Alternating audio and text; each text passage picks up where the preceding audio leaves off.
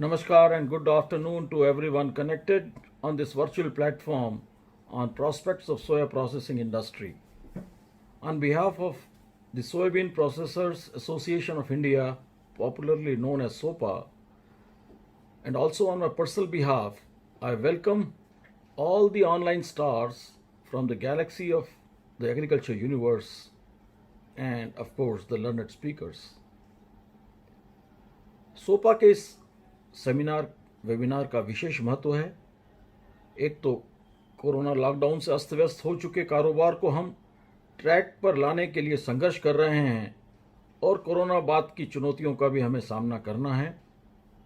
Corona महामारी ने निर्यात व्यापार को प्रभावित किया तो पोल्ट्री उद्योग लगभग ठप सा हो गया है, यानी विदेश और घरेलू मार्केट में मुश्किलें बढ़ी हुई हैं। आज के वेबिनार का एक और महत्वपूर्ण मुद्दा है अगली फसल के समय सोयाबीन की खरीद। आप सबको यह पता है कि हाल ही में सरकार ने किसानों को अपनी उपज सीधे बेचने की अनुमति दे दी है। The Indian economy is undergoing one of the most critical times in our independent history.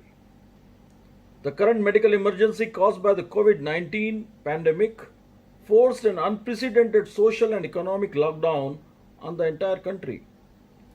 Now most likely that coronavirus is here to stay and we must learn to live with it. Vaccines and medicines are still at trial stage and may be a long time away.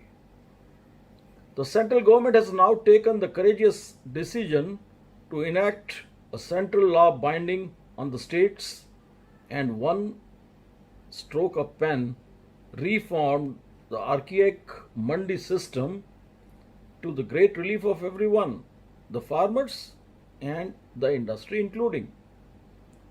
Locust attack and monsoon uncertainty is one also not helping us any. In this background, that SOPA thought of holding this webinar, get views from the experts on prospects and outlook of our industry, and also views of an acclaimed expert in weather. घरेलू market में सोया मील का हमारा सबसे बड़ा ग्राहक है poultry feed उद्योग। याद करें कि कभी सोपा ने अभियान चलाया था, सोया खाइए, प्रोटीन पाइए, या सोया खाइए और स्वस्थ रहिए। हमें लोगों को यह समझाना होगा कि सोयाबीन उत्पाद प्रोटीन का सबसे सस्ता सोर्स है जो इम्यूनिटी भी बढ़ाता है। कोरोना से बचने के लिए आज इसकी सबसे ज़्यादा ज़रूरत है। Economy however cannot wait for the pandemic to abate and the show must go on. Indian economy and a large part of our population is dependent on the agriculture for livelihood. It is for this very reason that our country will not face for any food shortage or starvation. किसानों को कृषि उपज सीधे बेचने की अनुमति सोया processors के लिए वरदान है। हम तो 2 साल से मांग कर रहे थे कि हमें सीधे सोयाबीन की खरीद करने किसान से खरीदने की अनुमति मिले। हमें खरीद का ऐसा सिस्टम डेवलप करना होगा कि किसान बिना हिचक ट्रैक्टर ट्रॉली सीधे हमारे प्लांट्स पर लाए। There are 3 major factors to ensure successful growth in agriculture and agri-industry sector of the country. The first, fair and profitable price to the farmers, profitable processing sector, government support to prevent imports by regulating import duty.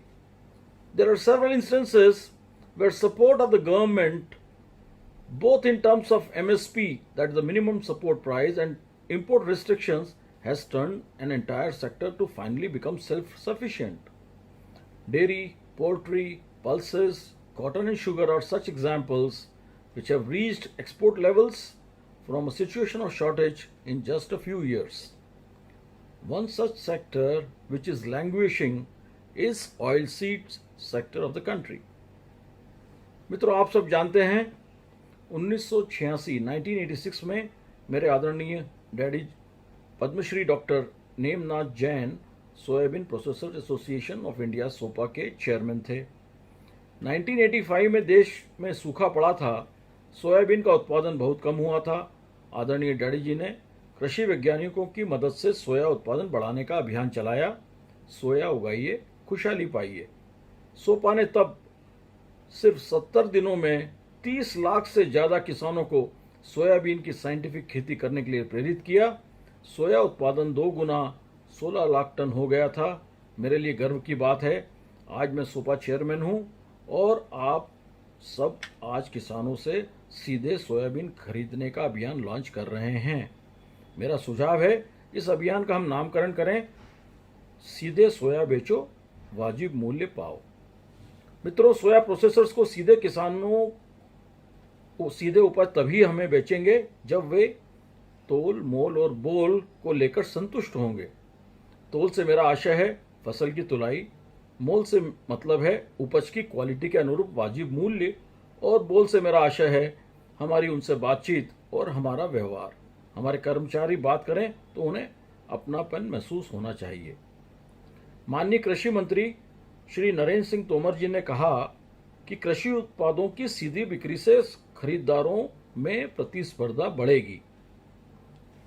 मंडी व्यापारी के साथ अब सोया processors नए खरीदार होंगे।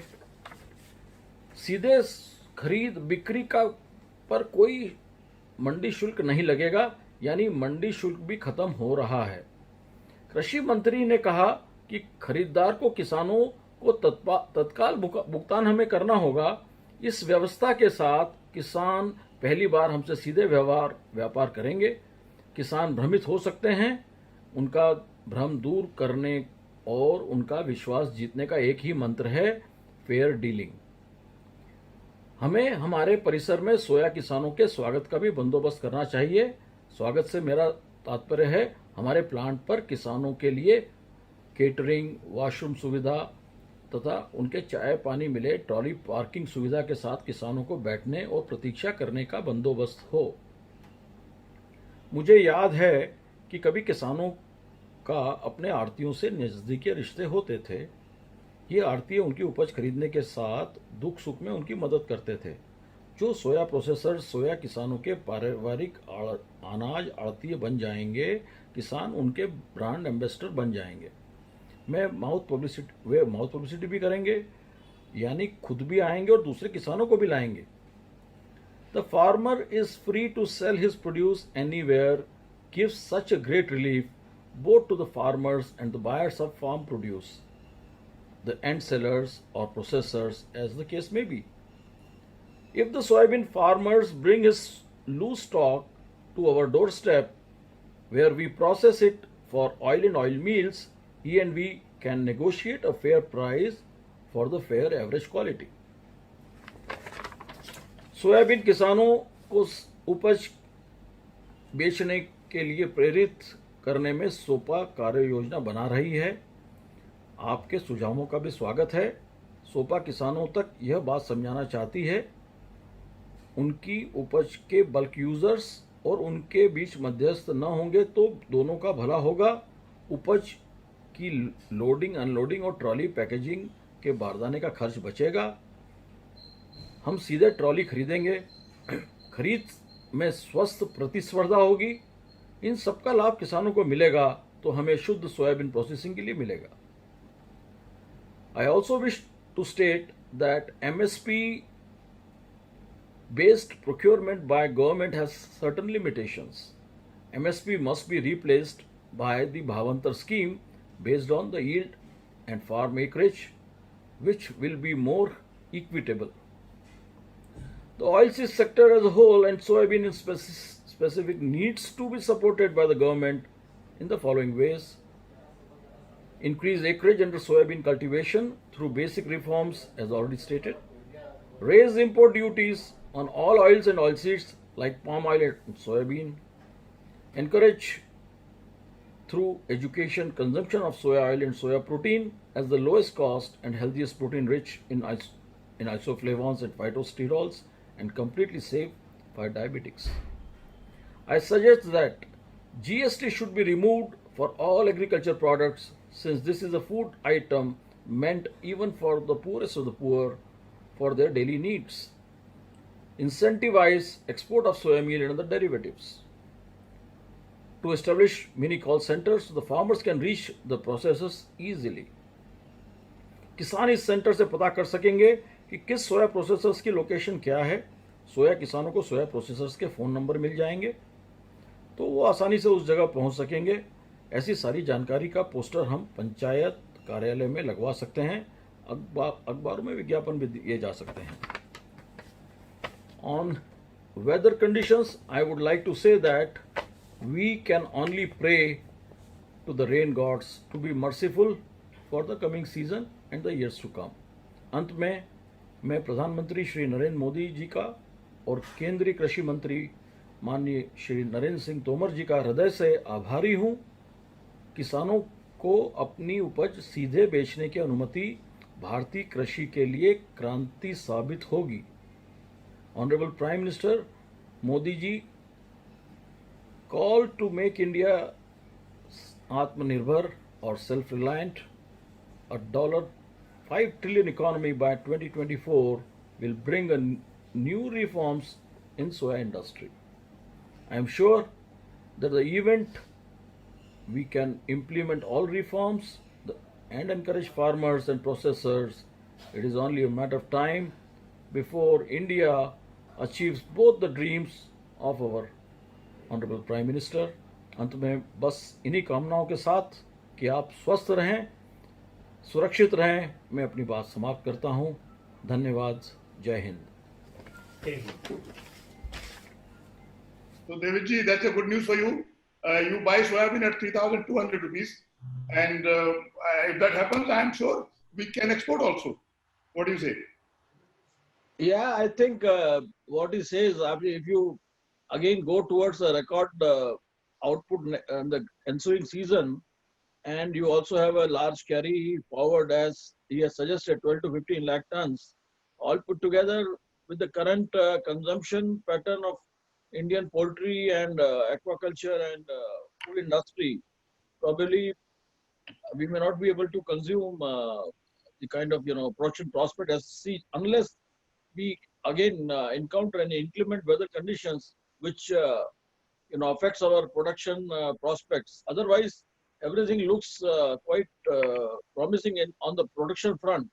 Now, what is Great. more important to us is the consumption, and that is the demand. This thing. But with 32 to 3,300 of bean prices, certainly we would be able to again penetrate in the export markets very effectively, and would be able to, I would say, cover our lost ground to a great extent. I believe unless that there is some kind of bigger intervention of the government to buy the stocks in a big way, the prices would be, I think, in depressed unless there is something happens with the crop, per se during the cropping time, because we are still almost 4 months to go by the time we harvest the new crop. This is my feeling. As I totally agree with them, the oil side looks more, I think, positive in the demand side because of the opening of the lockdown, and we can see the demand again reviving, and overall the supply side, despite record production worldwide for soybeans, and I think palm also now into its peak time. Still the Indian I think consumption ought to go up after we have opened up, because during the lockdown we have almost lost about 1.5 million tons of demand consumption really. So soybean seed has to be somewhere in that line. Mrityunjay ji, since you don't want to moderate, then come as an expert. Now you keep talking on Mandi Live every day. What is the price? You grill Birenji, you grill me, you ask everybody what is going to be the price, and this and that. Now you are here to tell us what do you think the price is going to be. I'm not an expert, sir. Tell us without, no, I think you will give us the best thing. experts are always biased. You know, you're not biased. Please tell us. No, no, I don't have much knowledge about price and all, but मैं हाँ ये है कि मैं commodity cover करता हूँ तो मुझे इश्यूज पता रहते हैं कि क्या इश्यूज हैं अभी अलग कमोडिटी को लेकर के क्या चल रहा है मार्केट में। तो एक्सपर्ट तो बहुत सारे बैठे हैं, ये लोग बेहतर तरीके से जवाब देंगे। और मैं कुछ सवाल अभी जब शुरुआत अपनी हुई थी इस चर्चा की तो उसमें एक फ्री मार्केट की बात हुई कि एपीएमसी को सरकार ने एक कमोडिटी मार्केट को एक आज़ादी मिली है सरकार की तरफ से कि अब कहीं भी कारोबार होगा, मतलब एपीएमसी का जो कंपल्सन था वो खत्म कर दिया गया है। तो मैं दाविश जैन जी से एक सवाल पूछना चाहता हूँ, ये ठीक है कि सुनने में प्रथम दृष्टया ये लगता है कि बहुत अच्छा फैसला है सरकार का कि किसान अब कहीं भी अपना उत्पाद बेच पाएंगे, अपनी फसल को बेच पाएंगे, लेकिन क्या हमारे किसान या फिर जो हमारे देश का जो एग्रीकल्चर इंफ्रास्ट्रक्चर है अभी मौजूदा हालात में, क्या इतना इक्विप्ड है, इतना सफिशिएंट है कि किसानों को उनके घर के आसपास, उनकी खेतों के आसपास पर्याप्त मार्केट मिल जाएगा जिससे वो अपनी फसल बेच पाएंगे? कहीं ऐसा तो नहीं होगा कि एक बार फिर से उनके साथ चीटिंग होगी, जो दिक्कत एपीएमसी में आ रही थी पहले कि किसान जब बहुत दूर से अपनी फसल लेकर आते थे और उन्हें हर हाल में बेच कर ही जाना पड़ता था, टैक्स देना पड़ता था, फसलें चोरी हो जाती थी मंडियों में, इस तरह की खबरें भी आती थी। तो ऐसा तो नहीं कि हमारे किसान के लिए ये बात ठीक है कि अगर उनके घर के आसपास मार्केट मिलेगा तो उन्हें आसानी होगी, लेकिन कैसा मार्केट मिलेगा? क्या मैनिपुलेटेड मार्केट मिलेगा? क्या उन्हें गलत प्राइस ऑफर किया जाएगा? क्या हमारे किसान उसके लिए तैयार हैं? और क्या हमारे पास इस तरह के पर्याप्त बाजार उपलब्ध हैं? आप ग्राउंड पर क्या देख पाते हैं, जो कि आप लगातार इस इंडस्ट्री से जुड़े हुए हैं लंबे समय से, आपके पास क्या जानकारी है सर इसको? Before David ji comes in with an elaborate answer, I must give you a very short answer. आपकी ये जो बड़ी सारी भावनाएं हैं कि ऐसा होगा कैसा होगा, आई कैन टेल यू ऐसा बिल्कुल नहीं होगा। इससे किसानों को फायदा होगा, नुकसान किसी को नहीं होने वाला है। देवी जी प्लीज टेक ओवर। जया जी, आपने जो बात कही है, मैं आपको थोड़ा इसका पीछे बैकग्राउंड में ले जाऊं तो पिछले कुछ वर्षों से हम ये लगातार सरकार से अनुरोध कर रहे थे कि सोयाबीन जैसी कमोडिटी जो है उसको जनरली बिना प्रोसेसिंग का इसका डायरेक्ट यूटिलाइजेशन नहीं होता। तो जैसे हम देखते हैं शुगर केन को या गन्ने को भी जो शुगर मिल में लेके लाया जाता है, उसको मंडी जाने की जरूरत नहीं है, आसपास की शुगर मिल्स में अपना वो गन्ना लेके जाता है और उसका वहां पर उसकी वो सेल करता है।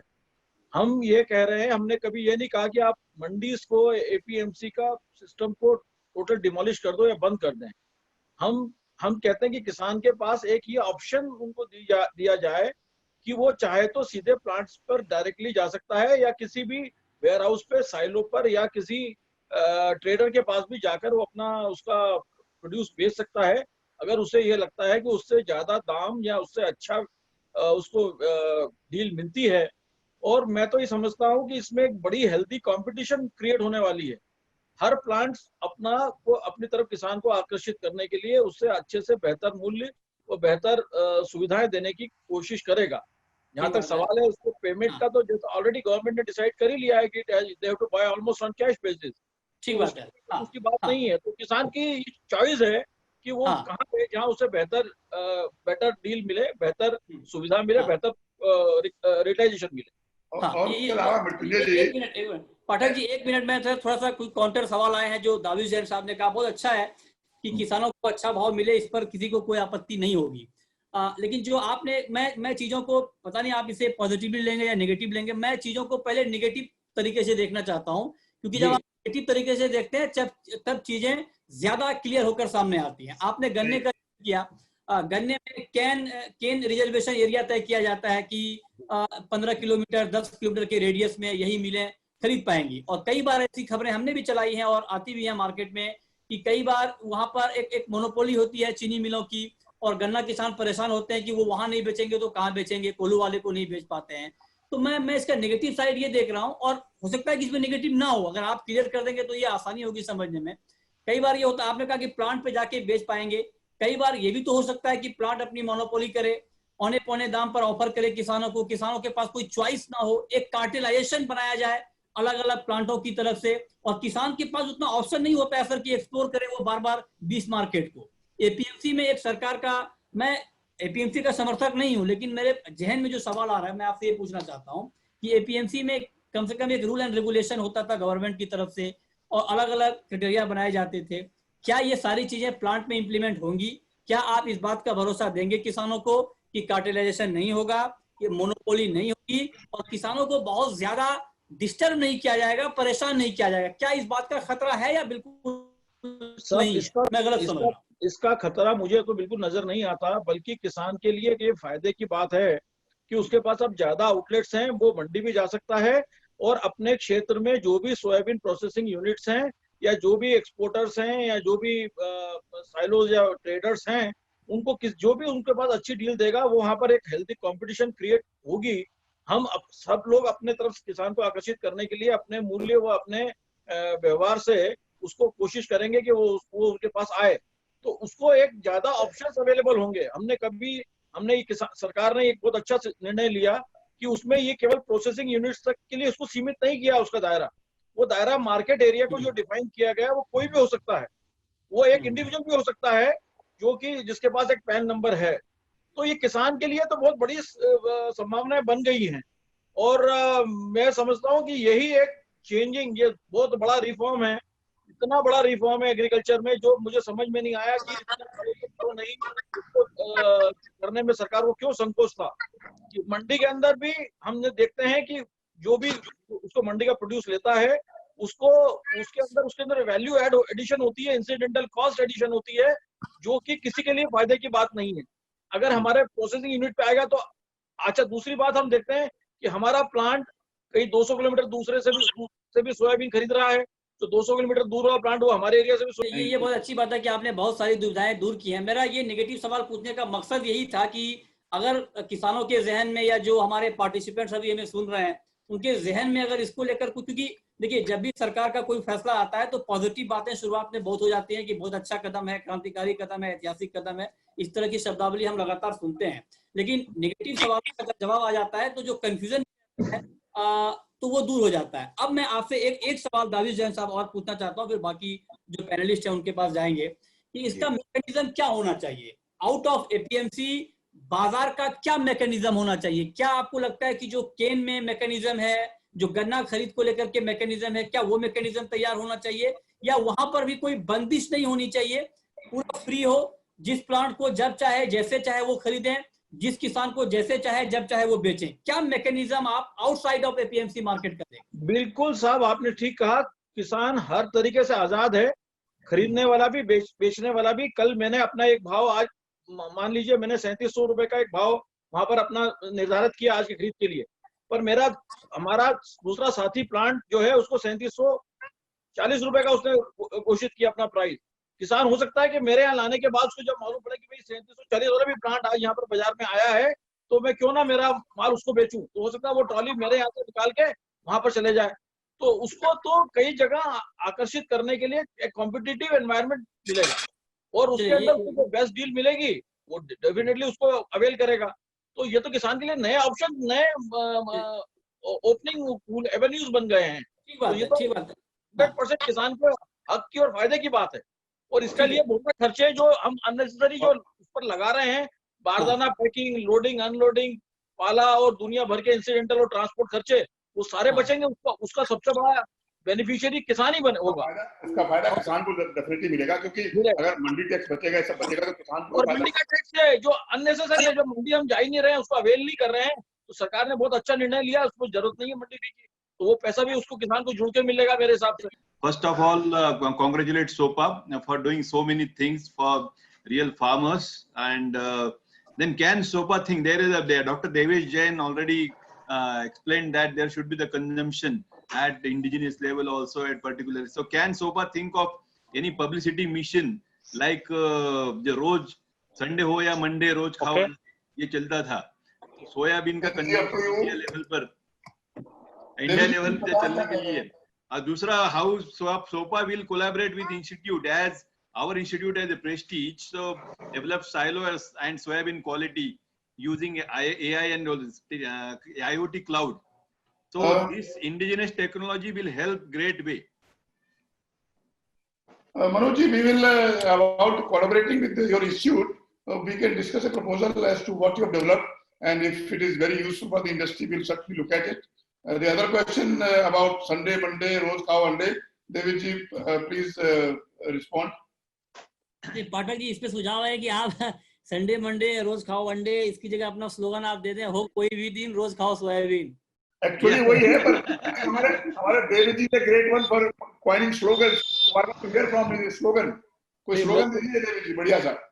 नहीं मृत्युंजय जी, अभी आई थिंक स्लोगन तो मैंने अपनी बात में कहा ही है। अगर आपने शायद सुना हो तो सोयाबीन इटसेल्फ इज सोया खाइए, प्रोटीन पाइए, सोया खाइए और स्वस्थ रहिए। I think this is what in this time of pandemic we need all of us to build our immunity, strong immunity, and protein is something which is body builder, and protein is what we are deficient in our diet.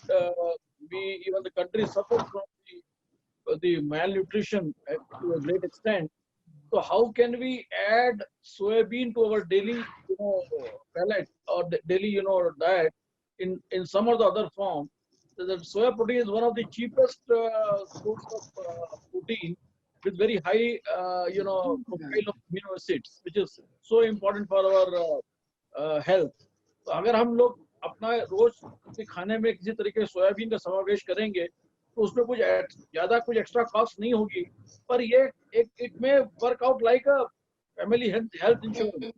Sir उनका सवाल ये था, और availability, समय की मांग है, और सोयाबीन को तो कई तरीके के उत्पाद डेवलप हो सके हैं दुनिया में। अमेरिका में 600 प्रोडक्ट सोयाबीन से निकाले गए हैं।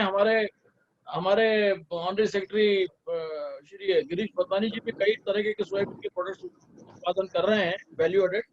तो इसके अंदर तो ये अपने आप में एक बून है for even for vegetarian society. Soybean को हम बड़ी के रूप में या ग्रेन्यूल्स के रूप में या और भी किसी तरीके से सोया फ्लोर हमारे आटे के साथ मिलाकर खाने से में काफी चीजें हमें हेल्थ के लिए बहुत पॉजिटिव इफेक्ट होंगी। और पोल्ट्री जो भी इसको अदर कंज्यूमर हैं उनके लिए वैसे भी हमारे सोयाबीन जो है as a very vital ingredient to meet the protein requirement of the feed. Sir Devi ji उनका सवाल ये था कि will SOPA like to start a campaign? That means it boils down to the SOPA members to put together some money and start a campaign for promoting soya food. That was his question. I think this is high time that we should start thinking into that direction. It is the people who have products to offer for food applications. If they jointly work out something, a campaign could be made up and drawn, and I think it would be very timely, and it would increase the awareness of soybean as a very important protein source, which unfortunately is still very primitive among the masses. So protein for all kind of a campaign we should try and work out. And I would request all our fellow soybean processors and producers to come on board and work on this thing, which would be a long-term benefit for the industry per se, and we can create a better demand within the country for soya products. Thank you very much, sir. Migration of labor from cities to villages has already concluded. Reverse will not take place too much. What can we together do, and anyone can answer this, to build centers of economic activity around the rural areas so that they develop, and that is where the country is going to develop. And all of us, our futures are all linked to the development of those rural areas. Well, I think it is true that a lot of migration has already taken place, and especially from the bigger cities like Mumbai, and we have seen people from Delhi. But as far as our processing industry is concerned, they are largely dependent on still the local workforce. Even if this large number of people have already moved away back to their natives, I personally feel that they still have, since have worked into urban areas and into industries, they are also of a view of that they should try and find some kind of employment or rojgar for themselves as self-employed people. And there we can see some of the agro-based activities taking place where they could develop their own cottage scale industries, and some downstream products like the soybean can have some of the value-added soybean products for the benefit of those rural masses. and such other activities are, or they could resort to some more scientific way of farming, helping. Otherwise they've moved away from the farming as an occupation.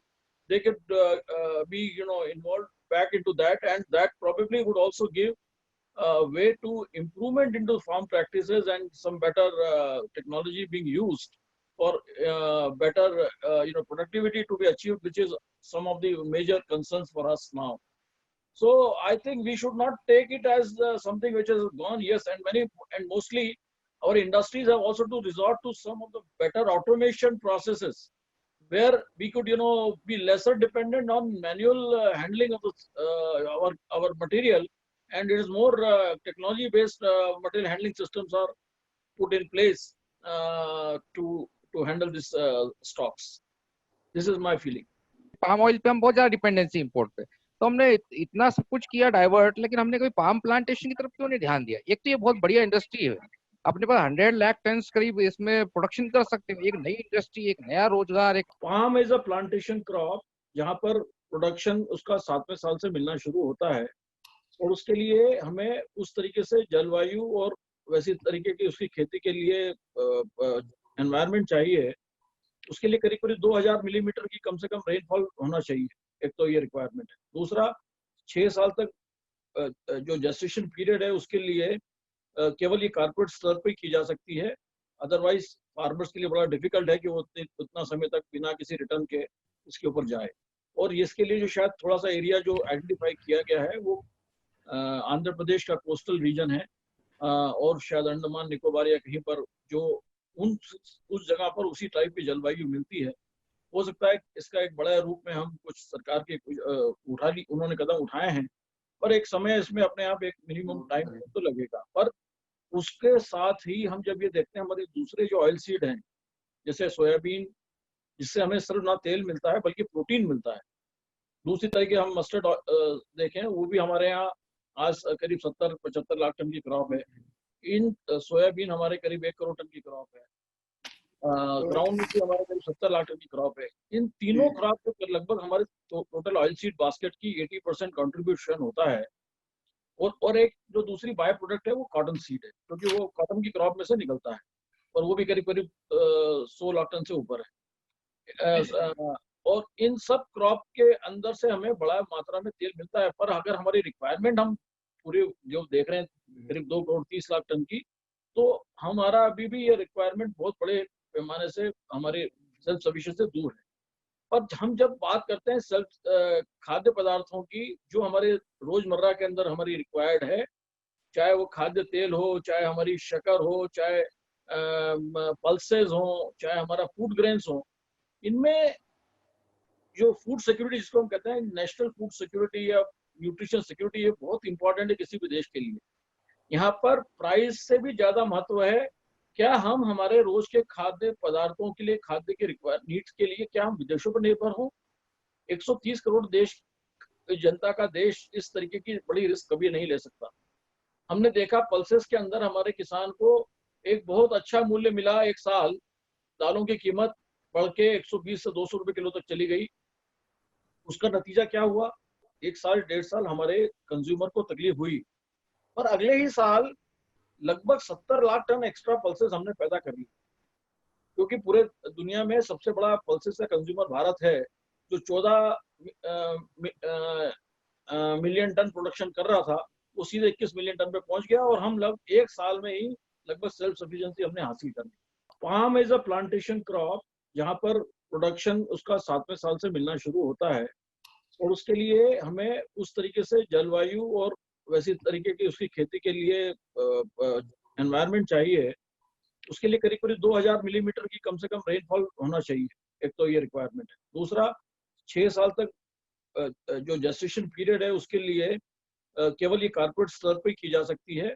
Otherwise farmers के लिए बड़ा difficult है कि वो उतना समय तक बिना किसी रिटर्न के इसके ऊपर जाए। और इसके लिए जो शायद थोड़ा सा एरिया जो आइडेंटिफाई किया गया है वो आंध्र प्रदेश का कोस्टल रीजन है, और शायद अंडमान निकोबार या कहीं पर जो उस जगह पर उसी टाइप की जलवायु मिलती है।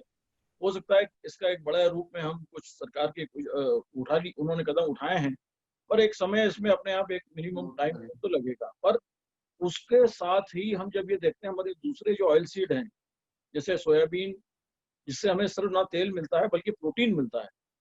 दूसरी तरीके हम मस्टर्ड देखें, वो भी हमारे यहाँ आज करीब 70-75 लाख टन की क्रॉप है। इन सोयाबीन हमारे करीब 1 करोड़ टन की क्रॉप है। ग्राउंड भी हमारे करीब 70 लाख टन की क्रॉप है। इन तीनों क्रॉप के लगभग हमारे टोटल ऑयल सीड बास्केट की 80% कंट्रीब्यूशन होता है। और एक जो दूसरी बाय प्रोडक्ट है वो कॉटन सीड है, क्योंकि वो कॉटन की क्रॉप में से निकलता है, और वो भी करीब करीब 100 लाख टन से ऊपर है। और इन सब क्रॉप के अंदर से हमें बड़ा मात्रा में तेल मिलता है। पर अगर हमारी रिक्वायरमेंट हम पूरे जो देख रहे हैं करीब 2 करोड़ 30 लाख टन की, तो हमारा अभी भी ये रिक्वायरमेंट बहुत बड़े पैमाने से हमारे सेल्फ सफिशिएंसी से दूर है। पर हम जब बात करते हैं सेल्फ खाद्य पदार्थों की जो हमारे रोजमर्रा के अंदर हमारी रिक्वायर्ड है, चाहे वो खाद्य तेल हो, चाहे हमारी शक्कर हो, चाहे पल्सेस हो, चाहे हमारा फूड ग्रेन्स हो, इनमें जो फूड सिक्योरिटी जिसको हम कहते हैं नेशनल फूड सिक्योरिटी या न्यूट्रिशन सिक्योरिटी, ये बहुत इंपॉर्टेंट है किसी भी देश के लिए। यहाँ पर प्राइस से भी ज्यादा महत्व है, क्या हम हमारे रोज के खाद्य पदार्थों के लिए, खाद्य के नीड्स के लिए क्या हम विदेशों पर निर्भर हो? 130 करोड़ देश जनता का देश इस तरीके की बड़ी रिस्क कभी नहीं ले सकता। हमने देखा पल्सेस के अंदर हमारे किसान को एक बहुत अच्छा मूल्य मिला। एक साल दालों की कीमत बढ़ के 120 से 200 रुपए किलो तक चली गई। उसका नतीजा क्या हुआ? 1 साल 1.5 साल हमारे कंज्यूमर को तकलीफ हुई, पर अगले ही साल लगभग 70 लाख टन एक्स्ट्रा पल्सेस हमने पैदा कर ली, क्योंकि पूरे दुनिया में सबसे बड़ा पल्सेस का कंज्यूमर भारत है, जो 14 मिलियन टन प्रोडक्शन कर रहा था, वो सीधे 21 मिलियन टन पे पहुंच गया, और हम लगभग 1 साल में ही लगभग सेल्फ सफिशिएंसी हमने हासिल कर ली। दाविश जी, थोड़ा चाहूंगा सर इसमें आपको, बड़ा अच्छा मुद्दा आपने छेड़ा है। एक बड़ा अच्छा आपने मुद्दा छेड़ा है। ये आपने ठीक बात कही कि जब दालों के दाम 2015 में 200 रुपए चले गए, तो अगले साल बहुत बड़े पैमाने पर खेती हुई और हमने बहुत ज्यादा दलहन पैदा किया। लेकिन नतीजा क्या हुआ सर? नतीजा ये हुआ कि तुअर के किसान कि मतलब तुअर किसानों की जो नींद है वो छिन गई थी। वो 30-30, 40-40% नीचे के भाव पर बेचने को मजबूर हो रहे थे। आज भी जो चने के किसान हैं उनको 25 से 30% कम के भाव पर बेचना पड़ रहा है फसल एमएसपी के मुकाबले। तो किसान ने तो अपना काम कर दिया, लेकिन हमारी पॉलिसी ऐसी है जिससे किसानों को मतलब कहीं से कोई भरोसा नहीं मिल पा रहा है, और फिर वो अगली बार मुंह मोड़ते हैं कि भाई दलहन खेती में कोई फायदा नहीं होने वाला है। नहीं मृत्युंजय जी, इसका उस फ्रंट पे भी हमें सोचना होगा। आप 1 मिनट मुझे दीजिए, इसको जवाब देने दीजिए। जब हमारे पास सेल्फ सफिशिएंसी होगी उसके बाद भी हमने 50 लाख टन का आयात कर लिया, तो वो हमारे पास जो इतना बड़ा सरप्लस ग्लट क्रिएट हो गया, तो उसके अंदर पूरी दुनिया में सबसे बड़ा यूजर और जिन लोगों ने फॉरेन कंट्रीज में भारत के लिए प्रोडक्शन किया था वो यहाँ लाके डंप किया। तो हम अगर सेल्फ सफिशिएंसी के ऊपर ही हम कायम रहते तो शायद ये स्थिति नहीं निर्मित नहीं होती। भाव एक इसीलिए पॉलिसी वाली बात मैंने इसलिए कही आपको। तो वाजिब दाम बने रहते, और अगले सालों के अंदर आपने देखिए दाम लगभग वाजिब लेवल पर आ गए। तो ये स्थिति आज से 10 साल 15 साल बाद हो सकती है कि तिलहन के अंदर भी हो। एक बार हमें अधिक मूल्य देकर किसान को आकर्षित करना होगा कि वह इंडिजिनियस ऑयल सीड का प्रोडक्शन करे, और जो क्रॉप हम 1 करोड़ टन पे अटके हुए हैं या 70-75 लाख पे अटके हुए हैं, इनके अंदर कम से कम 2 गुना हम इसका प्रोडक्शन बना लें। भारत सरकार ने ऑलरेडी 30 मिलियन टन जो हमारा अभी ऑयल सीड के ऊपर जो अटका हुआ प्रोडक्शन है उसको 45-46 मिलियन टन पे ले जाने की बात कही है, और हमारी रिक्वायरमेंट तो शायद इससे भी बड़ी होगी। अगर हमें सेल्फ सफिशिएंसी की तरफ जाना है, शायद हमारे को उसको डबल करना ही होगा।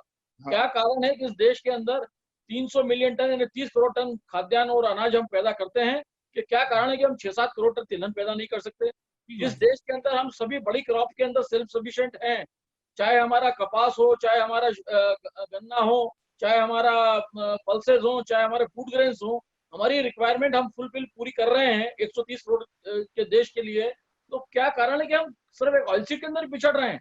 सिर्फ एक पॉलिसी। मैं आपसे और पूछना चाहता हूँ दाविश जैन साहब, एक सवाल सर मैं आपसे पूछना चाहता हूँ। बहुत देर से मेरे मन में ये सवाल आ रहा था। ये इम्पोर्ट ड्यूटी की बात अभी हो रही है कि इम्पोर्ट ड्यूटी क्यों बढ़ना चाहिए, और आप लोगों ने कहा कि बढ़ना चाहिए। बिल्कुल बढ़ना चाहिए, लेकिन मैं जानना चाहता हूँ कब बढ़ना चाहिए। होता क्या है कई बार कि जब किसानों अपने देश में जो मेजोरिटी फार्मर हैं उनकी होल्डिंग कैपेसिटी बहुत कम है क्रॉप को बहुत लंबे समय तक अपने पास रखने की।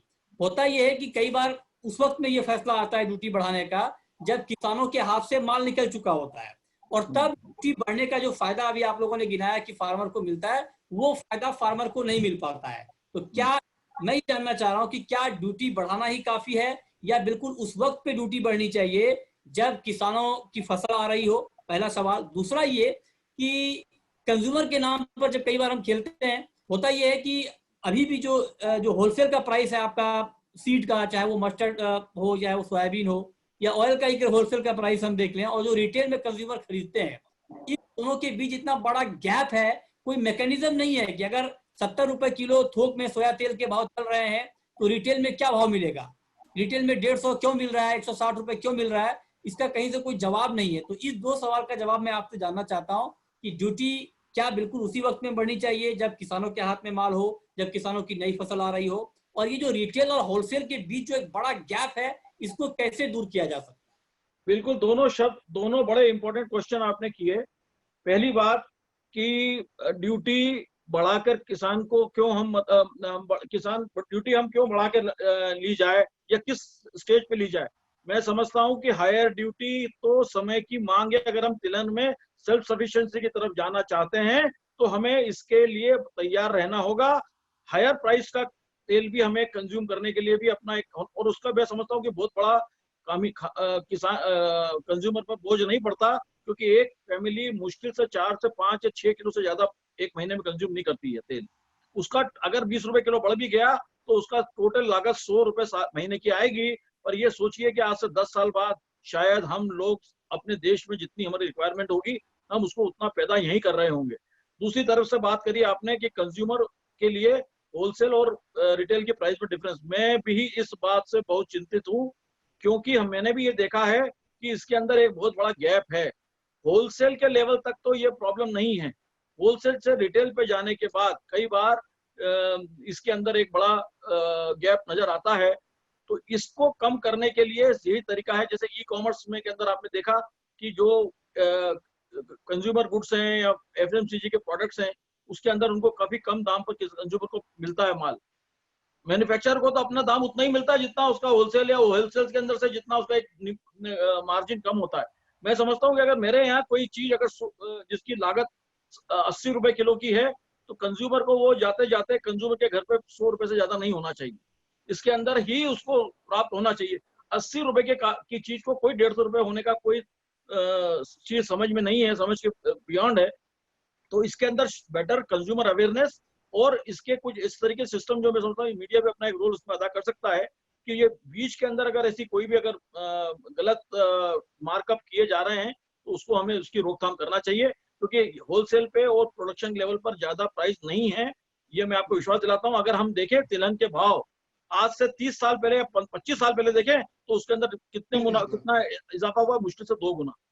क्या हमारी 20-25 साल के अंदर लागत सिर्फ 2 गुना ही बढ़ी है? तो ये, हाँ, इसमें प्रोडक्टिविटी भी बढ़ रही है, प्रोडक्टिविटी ज्यादा बढ़नी चाहिए।